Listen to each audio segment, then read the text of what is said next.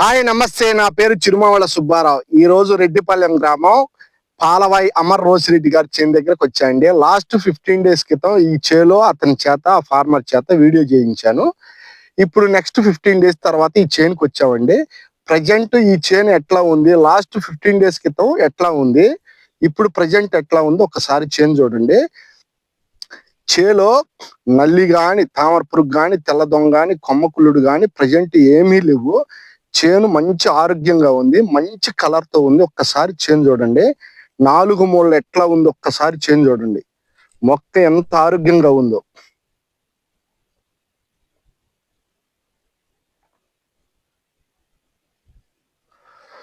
మొక్క చాలా నీట్ గా ఉంది, మంచి ఫ్లవరింగ్ స్టేజీలో ఉంది.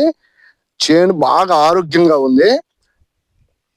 ప్రజెంట్ మంచి కాపు స్టేజీ. ఒకసారి కింద కాయలు పడ్డాయి, ఒకసారి చేలో కాయలు చూడండి. చేలో కింద కూర్చుంటున్నాను చూడండి. ఒకసారి చేను కింద కాయలు చూడండి. చేలో కాయలు ఎట్లా పడ్డాయో కాయలు ఒకసారి చూడండి. చేను చాలా బాగుంది. ఇప్పటికి పెట్టి 57 రోజులు అవుతుంది హ్యూమిక్ పొటాష్. దీని ప్రభావంతో చేను మొక్క మంచి ఆరోగ్యంగా, మంచి కలర్ తో, కాయలు చూడండి, కాయలు కూడా ఎంత సైజు ఉన్నాయో. ఒక్క కాయ కూడా వంకర తిరిగిన కాయలే లేవండి. చేను చాలా ఆరోగ్యంగా ఉంది. ప్రతి ఒక్క రైతు గమనించాల్సింది ఏంటంటే, ప్రతి ఒక్క చేలో ఫస్ట్ రూట్ వ్యవస్థను మనం డెవలప్ చేసుకోగలిగితే చెట్టు ఆరోగ్యంగా పెరిగిద్ది.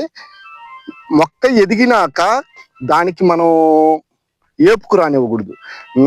ఎట్లా అంటే ఫర్టిలైజర్ ద్వారా కానీ, మనం వేసే బలం కట్టలు విపరీతంగా వేసాం, ఏపు వచ్చి చేలో బొబ్బర, వేరుకులుడు ఇట్లా ఎక్కువ వస్తుంటాయి. అవి రాకుండా ఉండాలంటే ఫర్టిలైజర్ బాగా తగ్గించుకోవాలి.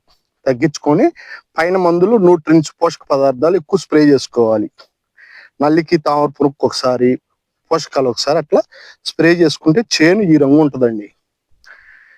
మొక్క చాలా నీట్ గా ఉంది. ఖచ్చితంగా ఇది ఎకరానికి 40 క్వింటాలు ఖచ్చితంగా ఉంది ఈ సంవత్సరం. ఇది 4 ఎకరాల చేను. చేను 4 మూలలు ఒకసారి చూడండి ఎట్లుందో.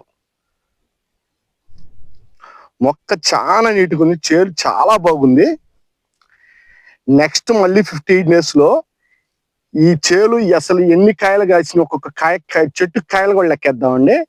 ఒక్కొక్క చెట్టు ఎన్ని కాయలు కాసింది, అసలు ఎంత దిగుబడి వస్తుంది అనేది క్లియర్ గా మాట్లాడుకుందామండి.